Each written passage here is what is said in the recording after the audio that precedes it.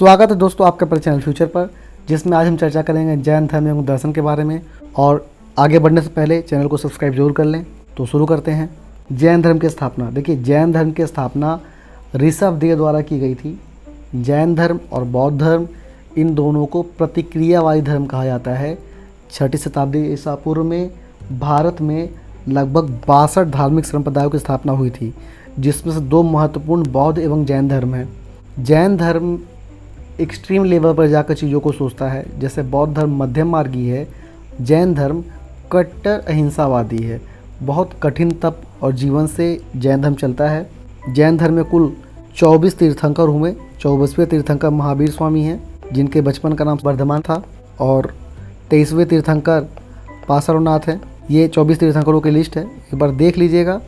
इनमें से कुछ तीर्थंकर के प्रतीक चिन्हों के बारे में प्रश्न पूछा जाता है, तो ये कुछ महत्वपूर्ण जैन तीर्थंकर हैं जिनके प्रतीक चिन्ह से संबंधित प्रश्न आते हैं। तो इनको एक बार देख लीजिएगा और रट लीजिएगा।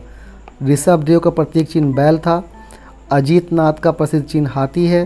संभवनाथ का अश्व, पद्मनाभ का कमल, सुपार्श्वनाथ का साथिया, मल्लीनाथ का कलश। मल्लीनाथ के बारे में श्वेतांबर कहते हैं कि ये स्त्री थे और दिगंबर कहते हैं कि ये पुरुष थे। तो इस मामले में थोड़ा सा विवाद है कि ये स्त्री थे कि पुरुष थे। श्वेतांबर की दृष्टि से देखेंगे तो स्त्री थे, ठीक। नमीनाथ नीलकमल, नेमीनाथ शंख, पार्श्वनाथ सर्प और महावीर स्वामी सिंह। ये सूची बिल्कुल रट लीजिएगा। यहाँ से एक प्रश्न अक्सर पूछ लिया जाता है। जैन धर्म का सबसे महत्वपूर्ण हिस्सा ये है। तो हम लोग अब चर्चा करेंगे वर्धमान के बारे में। भाई, वर्धमान कौन थे? वर्धमान का जन्म 540 ईसा पूर्व में कुंड ग्राम में हुआ था, जो वैशाली के पास स्थित था। और ये ज्ञात्रिक क्षत्रिय वंश से संबंधित थे। इनके पिता का नाम सिद्धार्थ और माता का नाम त्रिशला था। त्रिशला लिच्छवी वंश के शासक चेटक की बहन थी, और चेटक की एक बहन चेलना थी जिसकी शादी बिंबिसार से हुई थी। ये याद रखिएगा। यानी अजातशत्रु इनके मौसी के लड़के थे। अजातशत्रु और बिंबिसार इनके रिलेटिव थे। और इनकी पत्नी का नाम यशोदा और पुत्री का नाम अनुज्जया या प्रियदर्शनी था। अनुज्जया या प्रियदर्शनी था। 30 वर्ष की अवस्था में वर्धमान अपने बड़े भाई नंदीवर्धन से आज्ञा लेकर ज्ञान की तलाश में गृह त्याग देते हैं, और 42 वर्ष की अवस्था में जृंभिक ग्राम में इनको ज्ञान की प्राप्ति होती है, साल वृक्ष के नीचे और ऋजुपालिका नदी के तट पर। ज्ञान प्राप्त होते ही वर्धमान बन जाते हैं महावीर। इनको केवलिन भी कहा जाता है। केवलिन कैवल्य सबसे बना है, जिनको कैवल्य नामक सर्वोच्च ज्ञान प्राप्त हो जाए। महावीर स्वामी ने कई महत्वपूर्ण सिद्धांत दिए या कई महत्वपूर्ण उपदेश दिए, जिसमें से एक है पंच महाव्रत। पंच महाव्रत के अंदर अहिंसा, सत्य, अस्तेय, अपरिग्रह और ब्रह्मचर्य है। अहिंसा का मतलब है मनसा वाचा कर्मणा, किसी भी तरह से हिंसा ना करना, किसी भी जीव के खिलाफ हिंसा ना करना। इनका जो हिंसा का सिद्धांत है बहुत एक्सट्रीम लेवल पर है, माने किसी भी तरह से किसी भी रूप में हिंसा नहीं करना है। इसलिए जो जैनी होते हैं वो कृषि नहीं करते, क्योंकि कृषि कार्य करने से बहुत सारे जीव जंतु या कीड़े मकोड़ों की हत्या हो जाती है। इसके अलावा ये लोग रात्रि में भोजन नहीं करते, मुंह पे कपड़ा लपेट के रखते हैं, ताकि किसी भी कारण से किसी भी जीव की हत्या ना हो। और सत्य बोलना, मतलब सत्य बोलने का मतलब है किस तरह से झूठ नहीं बोलना। अस्तेय का अर्थ होता है चोरी ना करना, या कुछ लोग इसको कहते हैं अचोरी। अपरिग्रह का अर्थ है किसी भी तरह की संपत्ति का संग्रह ना करना। और ब्रह्मचर्य का अर्थ है इंद्रिय निग्रह करना, अर्थात ब्रह्मचर्य व्रत का पालन करना। महावीर स्वामी के पंच महाव्रत पार्श्वनाथ के चातुर्याम से प्रेरित हैं। चातुर्याम में सत्य, अहिंसा, अस्तेय और अपरिग्रह की बात की गई है। चातुर्याम में ब्रह्मचर्य की बात नहीं की गई थी। ये पंच महाव्रत सन्यासियों के लिए है, लेकिन यह गृहस्थों के लिए बहुत कठिन होता है। इसलिए गृहस्थों के लिए अनुव्रत की संकल्पना दी गई, ताकि गृहस्थ लोग भी इस व्रत का पालन कर सकें। इसके अलावा महावीर स्वामी त्रिरत्न की बात करते हैं, जिसमें सम्यक दर्शन, सम्यक ज्ञान और सम्यक आचरण की बात हो रही है। सम्यक का तात्पर्य ज्ञान से है, जबकि दर्शन का तात्पर्य तीर्थंकरों में पूरी श्रद्धा, अखंड विश्वास व सत्य के प्रति श्रद्धा रखना चाहिए। सम्यक ज्ञान का अर्थ है सच्चा तथा संपूर्ण ज्ञान, जो तीर्थंकरों को उपदेश से प्राप्त होता है। और सम्यक चरित्र का अर्थ है सदाचार पूर्ण जीवन बिताना।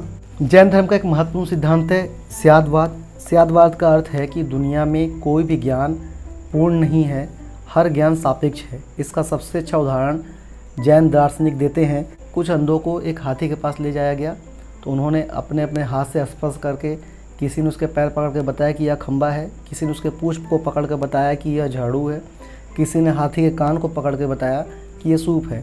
यानी कि ज्ञान सापेक्षिक होता है, वास्तव में किसी का ज्ञान पूर्ण नहीं था। तो जैन दर्शन में अगर कोई कहे कि क्या यह घट है, घट अर्थात घड़ा, यह घट है, तो यह गलत ज्ञान होगा, या फिर कहीं घट नहीं है तो भी गलत होगा। वहाँ कहा जाएगा स्याद घट है, माने शायद वहाँ पे घड़ा है। तो यही ज्ञान जैन दर्शन में माना जाता है, और इसी के आधार पर, इसी स्यादवाद के आधार पर जैन दर्शन में सप्तभंगिनय का विकास किया गया। और जैन धर्म के अनुसार यह ज्ञान की विभिन्न 7 अवस्थाएं हो सकती हैं। ये क्या है? स्याद अस्ति अर्थात यह है, स्याद नस्ति अर्थात यह नहीं है, स्याद अस्ति च नस्ति च मतलब है भी और नहीं भी, स्याद अव्यक्तम अर्थात कुछ कहा नहीं जा सकता, स्याद अस्ति च अव्यक्तम मतलब है लेकिन कुछ कहा नहीं जा सकता, स्याद नस्ति च अव्यक्तम अर्थात शायद नहीं है लेकिन कुछ कहा नहीं जा सकता। इस तरह से जैन धर्म में सप्तभंगिनय का विकास किया गया, जिसकी बाद में बहुत आलोचना भी हुई। और जैन धर्म चूँकि कठोर तप की बात करता है, कठोर तपस्या की बात करता है, तो उसी कठोर तपस्या का एक भाग है संलेखना, जिसमें जैन मुनि या जैन ऋषि भोजन का त्याग कर धीरे धीरे मोक्ष की ओर जाता है और संलेखना विधि द्वारा अपना जीवन त्याग देता है। संलेखना पुरुषों द्वारा किया जाता था, जबकि स्त्रियों द्वारा जो किया जाता था उसे संथारा कहा जाता है, जिसमें जैन साध्वी या जैन महिला ऋषि थी, वो भोजन त्याग देती थी और मोक्ष की प्राप्ति के लिए शरीर त्यागती थी। जैन धर्म बाद में 2 महत्वपूर्ण भागों में श्वेतंबर और दिगंबर को विभाजित हो गया। प्रशिष्ट पर्वन के अनुसार मगध में 12 वर्ष का लंबा काल चला, जिसके बाद बहुत से जैन भद्रबाहु के नेतृत्व में श्रवण गोला चले गए और उन्होंने वही पुरानी दिगंबर की परंपरा अपनाए रखी। क्योंकि जब महावीर स्वामी को ज्ञान हो गया तो उन्होंने सारे वस्त्रों का त्याग कर दिया और कहा कि दिशाएं ही उनकी वस्त्र हैं, इसी आधार पर उन्हें दिगंबर भी कहा जाता है। लेकिन जब भद्रबाहु के नेतृत्व में बहुत सारे जैन श्रवण गोला चले गए तो मगध में रह गए जैन स्थूलभद्र के नेतृत्व में मगध में ही रुके, और जब भद्रबाहु वापस आए तो इन्हों में मतभेद हो गया और इन्होंने श्वेत वस्त्र धारण करना शुरू कर दिया, तो ये श्वेतांबर कहलाए। ये श्वेतांबर और दिगंबर थे। इसके बाद इनके कई सारे अन्य शाखाएं भी आईं, जैसे कुछ अन्य महत्वपूर्ण पंथ है थेरापंथी, समैयापंथी आदि। श्वेतांबर और दिगंबर संप्रदाय में क्या अंतर था? श्वेतांबर श्वेत वस्त्र धारण करते थे और दिगंबर कोई वस्त्र धारण नहीं करते थे। श्वेतांबर के अनुसार स्त्रियों को मोक्ष प्राप्ति संभव है, जबकि दिगंबर के अनुसार स्त्रियों को मोक्ष संभव नहीं है। श्वेतांबर ज्ञान प्राप्ति के बाद भोजन ग्रहण करने में विश्वास करते थे, जबकि दिगंबर भोजन ग्रहण नहीं करते थे। श्वेतांबर के अनुसार महावीर स्वामी विवाहित थे, जबकि दिगंबर के अनुसार महावीर स्वामी अविवाहित थे। श्वेतांबर के अनुसार 19वें तीर्थंकर मल्लिनाथ स्त्री थे, जबकि दिगंबर के अनुसार मल्लिनाथ पुरुष थे। जैन धर्म में 2 महत्वपूर्ण संगीतियाँ हुई हैं। पहले संगीति के अध्यक्ष स्थूलभद्र थे और पाटलिपुत्र में हुआ, उस समय शासक चंद्रगुप्त मौर्य थे, और परिणाम यह हुआ कि जैन धर्म श्वेतांबर और दिगंबर में बट गया। इसमें 12 अंगों का संकलन किया गया। वहीं दूसरी तरफ दूसरे जैन संगीति का आयोजन 6ठी शताब्दी में हुआ, जिसके अध्यक्ष देवाधि धर्मनी थे, या जिसे क्षमा श्रवण भी कहा जाता है। दूसरा जैन संगीति बल्लभी गुजरात में हुआ और जैन ग्रंथों को अंतिम रूप से लिपिबद्ध किया गया। जैन साहित्य में कुल 12 अंग, 12 उपांग, 10 प्रकीर्ण, 6 छेद सूत्र और 4 मूल सूत्र थे। देखिए यहाँ से अंदर से बहुत ज़्यादा प्रश्न आता नहीं है, कुछ किताबों का नाम पूछ लेता है। और जैन धर्म के ग्रंथ अर्धमागधी भाषा में थे।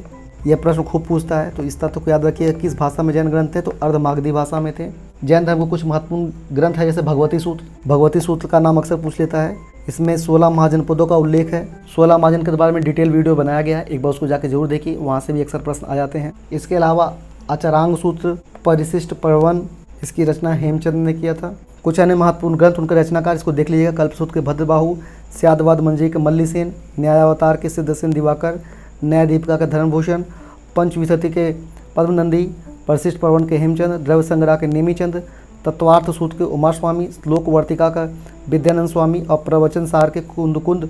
तो ये जितने भी जैन ग्रंथ की सूची दी गई है और रचनाकारों को सूची दी गई है, सभी किसी न किसी परीक्षा में आए हुए हैं और सभी बहुत महत्वपूर्ण हैं। तो हमने जैन धर्म के बारे में आपको बहुत सारी सूचनाएं दे दी, जिसमें से ज़्यादातर परीक्षा की दृष्टि से बहुत महत्वपूर्ण है। गागर में सागर भरने का प्रयास किया गया है। एक बार 2 बार वीडियो को देखिए। और आगे हम लोग कुछ महत्वपूर्ण अभ्यास प्रश्न में चर्चा करेंगे। ज़्यादातर उन प्रश्नों को उठाया गया है जो परीक्षा में कई बार आए हैं और जो बहुत महत्वपूर्ण हैं। तो शुरू करते हैं। जैन धर्म के संस्थापक कौन थे? देखिए, जैन धर्म के संस्थापक ऋषभ देव थे, लेकिन जैन धर्म का सबसे ज़्यादा प्रचार प्रसार महावीर स्वामी ने किया। जैन तीर्थंकर पार्श्वनाथ निम्नलिखित स्थानों में से मुख्यतः किससे संबंधित थे? वाराणसी में इनका जन्म हुआ था और इनको सम्मेद पर्वत पर ज्ञान प्राप्त हुई थी। यह देखिए प्रश्न आ गया है कि तीर्थंकर और उनके प्रतीक चिन्हों के बारे में। आंसर देखने से पहले एक बार खुद से मिला लीजिए और उसके बाद वीडियो को आगे बढ़ाइएगा। पार्श्वनाथ का सर्प है, आदिनाथ का वृषभ है, महावीर स्वामी का सिंह है और शांतिनाथ का हिरण है। ये सूची अभी मैंने आपको दी थी, इसका उत्तर ये होगा। अभिनंदन, पद्म प्रभु, विमलनाथ और मुनि सुब्रतनाथ। महावीर स्वामी का जन्म कहाँ हुआ था? तो अभी मैंने आपको बताया था कि महावीर स्वामी का जन्म कुंडग्राम या कुंडलपुर में हुआ था, जो वैशाली के निकट है। जैन धर्म के प्रवर्तक महावीर स्वामी का मोक्ष स्थल कहाँ स्थित है? महावीर स्वामी को मोक्ष पावापुरी मिला था। प्रभास गिरी किसका तीर्थ स्थल है? तो यह जैन धर्म का तीर्थ स्थल है जो कौशाम्बी में स्थित है। जैन धर्म में पूर्ण ज्ञान के लिए जो शब्द है उसे कैवल्य कहा जाता है और जिससे ये ज्ञान प्राप्त हो जाता है उसे केवलीन कहा जाता है। त्रिरत्न सिद्धांत, सम्यक धारणा, सम्यक चरित्र और सम्यक ज्ञान, ये जैन धर्म का सिद्धांत है। अनुव्रत सिद्धांत का प्रतिपादन जैन धर्म ने किया गया था, क्योंकि पंच महाव्रत का पालन गृहस्थों के लिए कठिन था, इसलिए गृहस्थों के लिए अनुव्रत सिद्धांत बनाया गया। स्याद्वाद सिद्धांत क्या है? स्याद्वाद सिद्धांत के बारे में मैंने आपको बता रखा है, ये जैन दर्शन का सिद्धांत है। निम्नलिखित में से कौन सिद्धांत जैन धर्म से संबंधित है? अनेकांतवाद और स्याद्वाद, ये दोनों जैन धर्म का सिद्धांत है, जबकि शून्यवाद और सर्वास्तिवाद बौद्ध धर्म के सिद्धांत हैं। जैन दर्शन के अनुसार सृष्टि की रचना और पालन पोषण सार्वभौमिक विधान से हुआ है। निम्नलिखित में से कौन सा धर्म विश्व विनाशकारी प्रलय की अवधारणा को विश्वास नहीं करता? जैन धर्म। यापनीय किसका संप्रदाय है? यापनीय जैन धर्म का संप्रदाय है। कौन सा पूर्वकालीन जैन ग्रंथ कहलाता है? 14 पूर्व प्राचीन जैन ग्रंथ हैं। प्रारंभिक जैन साहित्य निम्नलिखित में किस भाषा में लिखी गई? अर्धमागधी में। ये भी एक मिलान की सूची है तीर्थंकर और उनके प्रतीक चिन्हों की। वीडियो आगे बढ़ाने से पहले पॉज कर लीजिए, खुद से मिला लीजिए, फिर आगे बढ़िए। आदिनाथ का वृषभ, मल्लीनाथ का जल कलश, पार्श्वनाथ का सर्प और संभवनाथ का अश्व। भारत के धार्मिक प्रथाओं में संबंधित स्थानकवासी संप्रदाय स्थानकवासी जैन धर्म से संबंधित हैं। ये जैन धर्म के श्वेतांबर का ही एक भाग है या एक पंथ है। आज के लिए बस इतना ही। वीडियो को लाइक करिए और अगर आपको ये वीडियो ज्ञानवर्धक लगा तो इसको ज़्यादा से ज़्यादा शेयर करिए और चैनल को सब्सक्राइब करना बिल्कुल ना भूलिए। धन्यवाद।